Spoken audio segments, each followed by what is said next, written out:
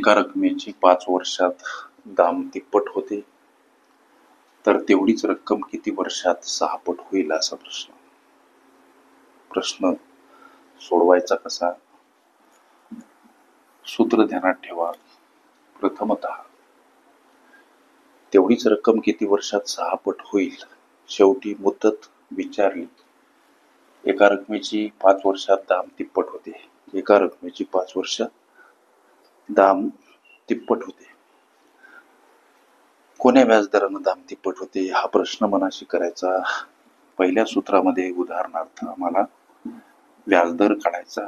व्याजदर काढण्याचं साधं आणि सोपं सूत्र 100 कंसामध्ये पट वजा 1. व्याजदर जर काढायचा तर छेदस्थानी प्रश्नामध्ये दर्शवलेली मुदत मांडणे.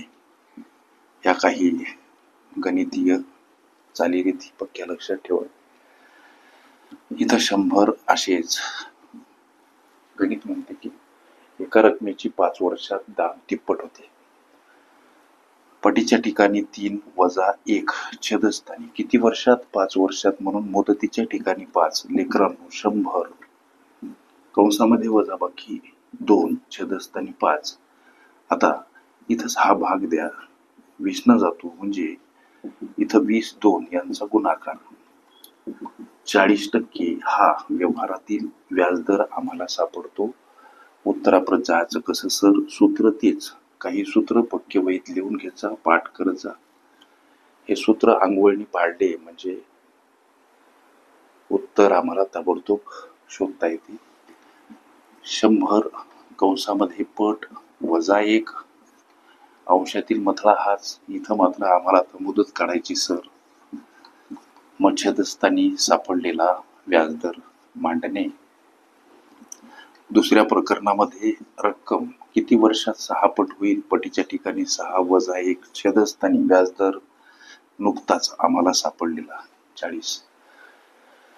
अशा पद्धतीची मांडणी लक्षात घ्या. इथं 100 कंसामधील वजाबाकी 5 छेदस्थानी 40. लेकरांनो 100 सोबत हे 5 गुणीला आहे छेदस्थानी 40. 5 8 40. आता 100 आणि याला भागीला 8 म्हणजे हा भाग जेव्हा द्याल तेव्हा उत्तर 12.5 लक्षात घ्या. हे उत्तर सापडते. कोणतं? 12.5 वर्ष हे या प्रश्नाचं उत्तर. लक्षात घ्या. अशा पद्धतीचे प्रश्न सोडवण्यासाठी हे सूत्र पक्क पाठ करा. व्याजदर काढायचा असेल छेदस्थानी मुदत काढायची असेल छेदस्थानी व्याजदर.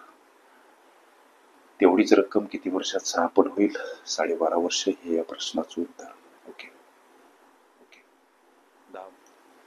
दाम दुप्पट तिप्पट चौपट ही माझी प्लेलिस्ट अवश्य बघा. त्यामध्ये विविध स्पर्धकांनी विविध अंकांनी विचारलेल्या संभाव्य अशा असंख्य प्रश्नांचा सराव तुम्हाला करता येईल.